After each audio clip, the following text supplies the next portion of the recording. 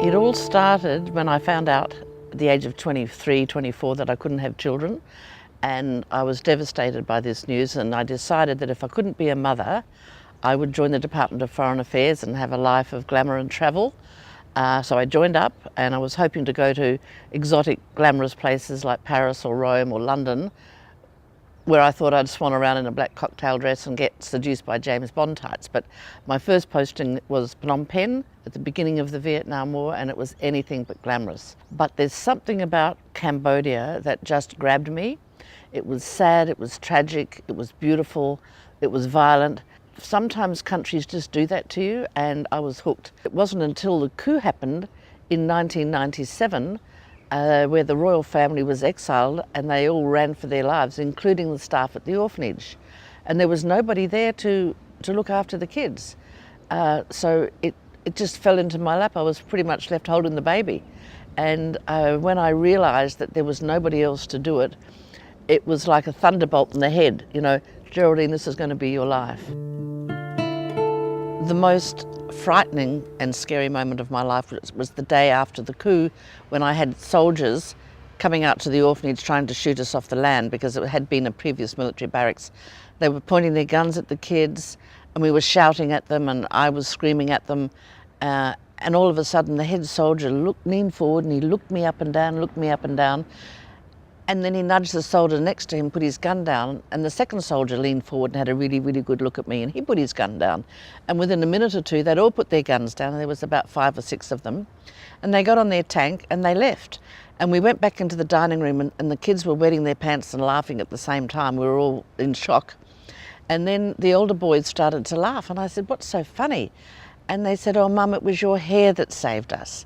Now, in Cambodia, they are a delightful mix of very superstitious people. They believe in ghosts and goblins and spells, all of that. And the older boys told me there's a very, very powerful witch in Cambodia that all the women go to when their husbands are unfaithful. And this witch is famous for turning their errant husbands' penises to the size of a pea.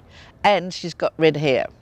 And the teenage boys reckon that for sure the soldiers saw my hair and thought, not taking any chances here. She might be related to this witch, so we're out of here.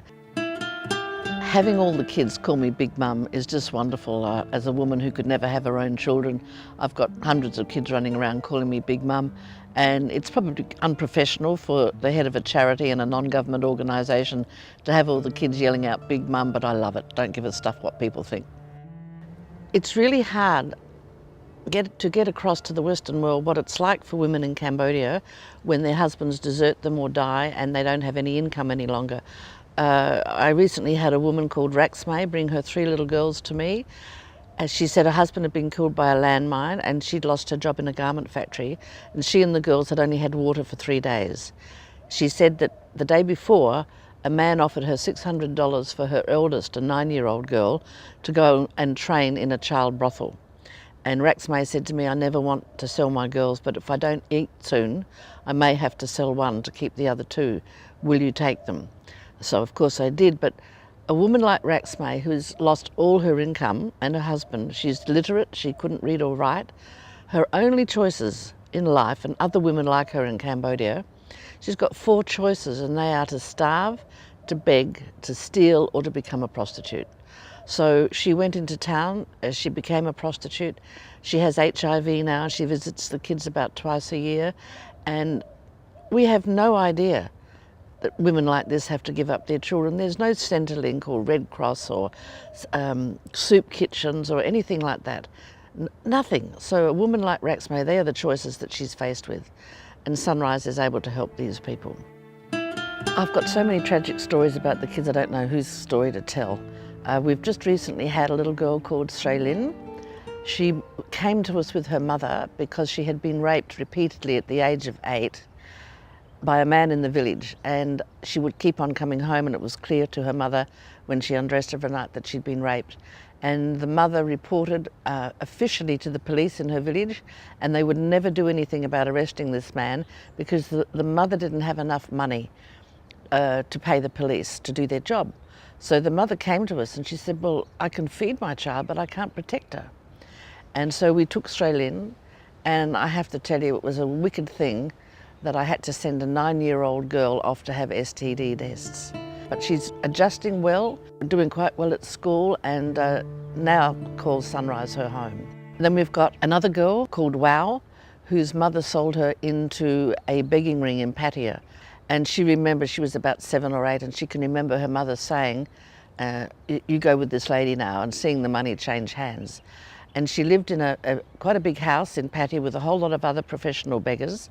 They were fed, but they were kept in dirty clothes, and every morning the car would take them out to their various spots in the city where they would beg from.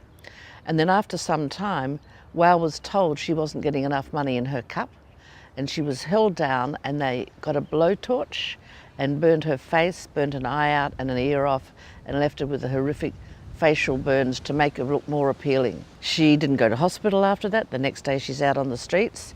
One day the car just didn't pick her up at the end of the day. You know, she's just like 8-year-old kid. She didn't know how to get home because the car always took her. Wow came to us at the age of 10 with a tragic life behind her. And she is now 16, 17 years old, and she has got life by the tail, this girl. Half the hair on her head has been burnt off and won't grow, but she still puts her hair up in a ponytail and half of her head is bald. And she tosses her hair and says, "I don't care, Mum, this is me." And you don't see a disfigurement after a while. She's just got a beautiful soul, and her life is going to be happy and successful. There's another little girl called T.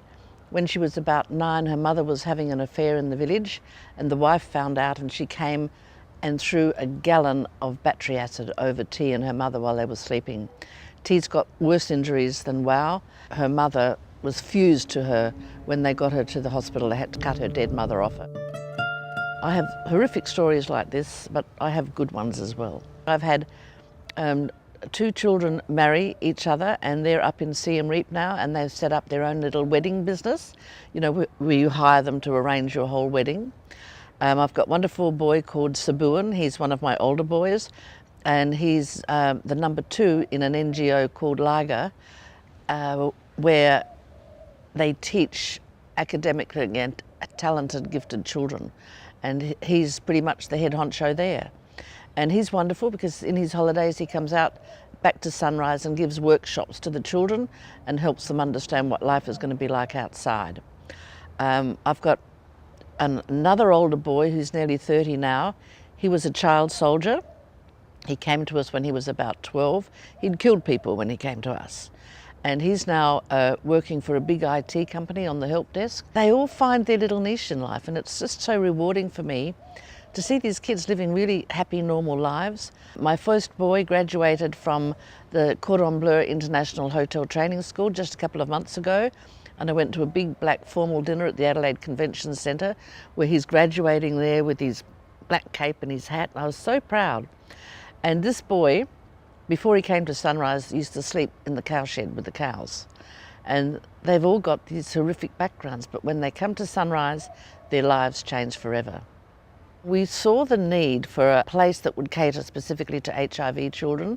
A lot of HIV children are not accepted in the schools, and they are treated like third-class citizens. There's a lot of ignorance about the disease, and the children we've got at our new orphanage, it will take 200 children. At the moment we've got about 70 or 80, and they're coming in dribs and drabs all the time. By the end of the year I think we'll probably have about 200. But they've all been born with HIV, and you cannot get a more innocent person than a child that's been born with HIV. We get free drugs, all responding well. We don't have any really sick kids. We did lose one last year, but that was because he came to us too late and he already had a serious infection, and then he got dengue fever. But generally all the kids are thriving, and what we plan to do for these children as they get older, the oldest ones at the moment are only 12, when they get to 18 and we've got them into a school, when they graduate from grade 12, we have wonderful corporate friends in Australia that are going to come up and teach the kids how to run a small business, how to manage a budget. You don't need a university degree to have a bike repair shop or an IT shop or a hairdressing salon. So they're going to come up and we will give seed money to these kids to start up their own businesses, because no one's going to give them jobs. So we see them as having a secure future by helping them set up their own business and be independent. What's really rewarding for me is that I know once those kids walk through those sunrise gates, they might not know it, but I know their lives are changed forever for the better. And I tell them, the worst is over, darling, everything's going to be all right now.